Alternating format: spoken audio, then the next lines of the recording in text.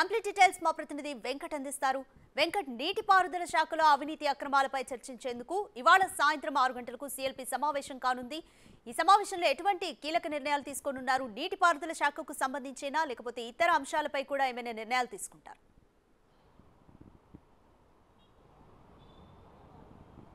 Radhika, Congress party అధికారంలోకి వచ్చిన తర్వాత గత ప్రభుత్వ వైఫల్యాల మీద దృష్టి పెట్టింది.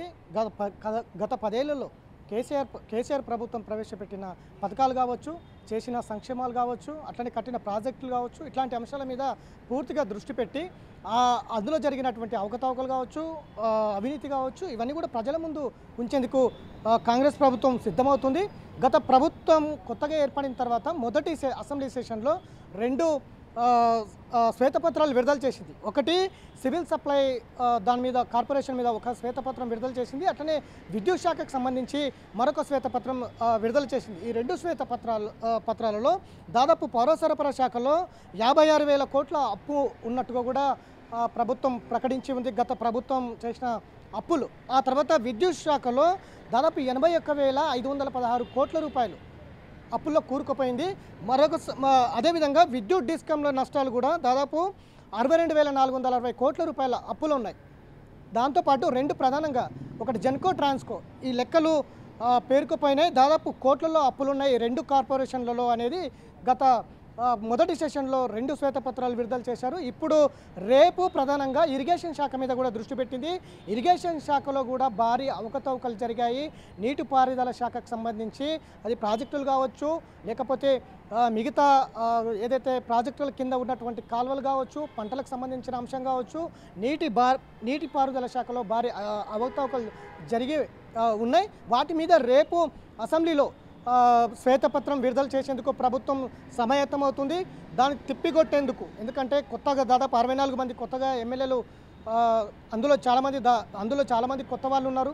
వీళ్ళందరికీ కూడా అవగాహన కల్పించేందుకు ఎక్కడ మాట్లాడినా కూడా ఈ 64 మంది ఎమ్మెల్యేలు రాష్ట్ర వ్యాప్తంగా ఎక్కడ మాట్లాడినా, మీడియా ముందు మాట్లాడినా తెలంగాణ పైన చాలా అవగాహన ఉండాలి, తెలంగాణ సంపద పైన, తెలంగాణ అడ్మినిస్ట్రేషన్ పైన ఒక గ్రిప్ ఉండాలి. కాబట్టి వాళ్ళకు అవగాహన కల్పించేందుకు రేపు అసెంబ్లీలో మాట్లాడే విధానం పైన మొత్తం కూడా చర్చించి ఒక దిశానిర్దేశం చేసేందుకైతే రేవంత్ రెడ్డి అధ్యక్షతన ఇవాళ సాయంత్రం 5 గంటలకు పిఎల్సి సమావేశం ఏర్పాటు చేశారు.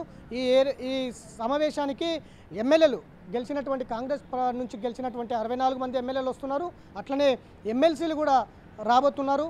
జీవన్ రెడ్డితో పాటు బల్మూరు వెంకటు, అశోక్ కుమార్ గౌడ్ వీళ్ళు కూడా ఈ సమావేశానికి రాబోతున్నారు. ఒక దిశానిర్దేశం చేయబోతున్నారు. ఎందుకంటే ఇప్పటికే 2 శ్వేతపత్రాలు ఉన్నాయి, విడుదల చేశారు. రేపు ఇరిగేషన్ మీద కూడా భారీ అవకతవకలు జరిగినట్టుగా కూడా మనకు స్పష్టంగా అర్థమవుతుంది. అది కూడా ప్రజల ముందుకు పెట్టేందుకు రేపు ప్రభుత్వం సిద్ధమవుతుందని చెప్పుకోవచ్చు. ఇక ఈ 10 ఏళ్ల కాలంలో గత ప్రభుత్వం ఏమేం చేసింది, ఎన్ని కోట్ల అప్పులు తెచ్చింది, రాష్ట్రాన్ని ఎన్ని కోట్ల అప్పులు పెట్టింది, కాళేశ్వరం ప్రాజెక్టు మీద ఎన్ని లక్షల కోట్లు వృధాగా చేసింది, ఇట్లాంటి అంశాలు ప్రజలకు తెలియపరిచేందుకు ఇప్పటికే మిషన్ కాకతీయ చూసుకోవచ్చు, మిషన్ భగీరథ కావచ్చు, ఇట్లాంటి అంశాలు చాలా అవకతవకలు జరిగినాయి. రైట్, ఇప్పటికే మిషన్ భగీరథకు సంబంధించి కానీ, మేడిగడ్డ ప్రాజెక్టుకి సంబంధించి కానీ విచారణకు ఆదేశించింది. అలాగే శ్వేతపత్రాన్ని కూడా రిలీజ్ చేస్తుంది. కాంగ్రెస్ భవిష్యత్ కార్యాచరణ ఏ విధంగా ఉండబోతుంది గత ప్రభుత్వ వైఫల్యాలకి సంబంధించి? అలాగే బీఆర్ఎస్ నేతలకు ఉచ్చు బిగుస్తుంది అనుకోవచ్చా? ఖచ్చితంగా ఉచ్చు బిగిస్తుందని చెప్పుకోవచ్చు. ఇప్పటికే మేడిగడ్డ పైన జ్యుడిషియల్ ఎంక్వైరీ కూడా జరుగుతుంది.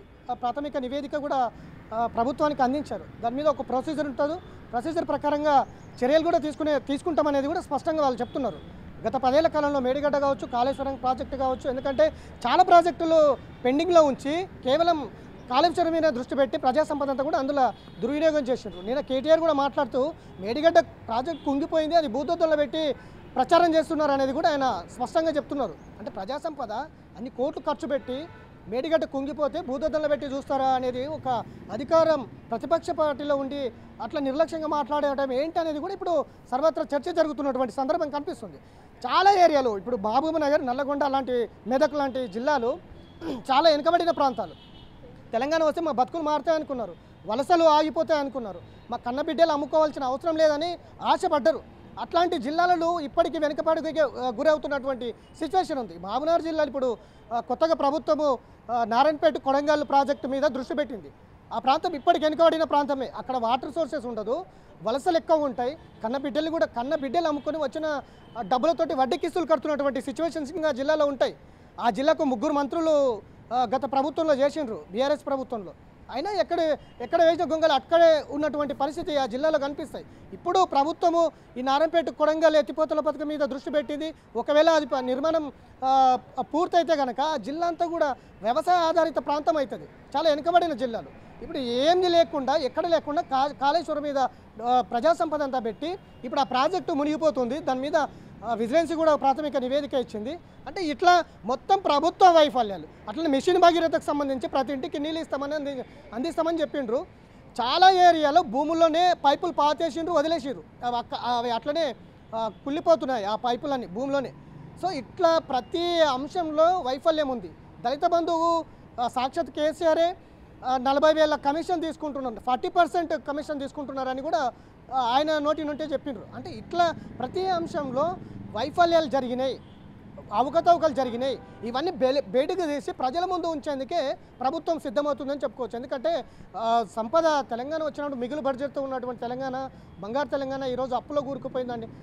వ్యవస్థలంతా నిర్వీర్యం అయిపోయినాయి. అప్పులు ఇప్పుడు ఎట్లా తీరుస్తారు? ఇప్పుడు ప్రభుత్వం మీద భారం పడుతుంది. ఇచ్చిన హామీలు గట్టిగా ఉన్నాయి. ఇట్లా ప్రతి అంశంలో గత ప్రభుత్వ వైఫల్యాలు కావచ్చు, గత ప్రభుత్వం ఎక్కడెక్కడ అప్పులు తెచ్చింది, ఎక్కడెక్కడ ఎంత కట్టింది, అప్పులకు సంబంధించి ఎంత వడ్డీలు కడుతుంది, ఇప్పటివరకు ఇంకా ఎన్ని మిగిలి ఉన్నాయి. ఇట్లా ప్రతి శాఖలో సమీక్ష సమావేశం చేస్తుంది కాంగ్రెస్ ప్రభుత్వం.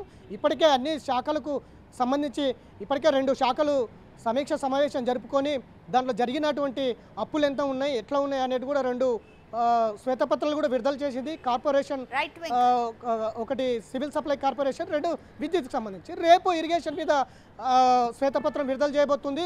రేపు అసెంబ్లీలో ఏ విధంగా స్పందించాలి, ప్రతి ఎమ్మెల్యే ప్రతి ఎమ్మెల్సీ ప్రతిపక్షాన్ని ఎలా ఎదుర్కోవాలి, అట్లనే రాష్ట్ర వ్యాప్తంగా కూడా ప్రజలకు తెలియాలి గత ప్రభుత్వం 10 ఏళ్ల కాలంలో ఏం చేసింది, ఎన్ని అప్పులు చేసింది అనేది ప్రజలకు తెలిపేందుకు కాంగ్రెస్ పార్టీ పూర్తి స్థాయిలో గ్రౌండ్ లెవెల్ సమాయత్తం అవుతుందని చెప్పుకోవచ్చు. ఇవాళ ఎమ్మెల్యేలందరికీ దిశానిర్దేశం చేస్తారు. ప్రజాభవన్లో సాయంత్రం 4 గంటలకు సమావేశం ఏర్పాటు కాబోతుంది.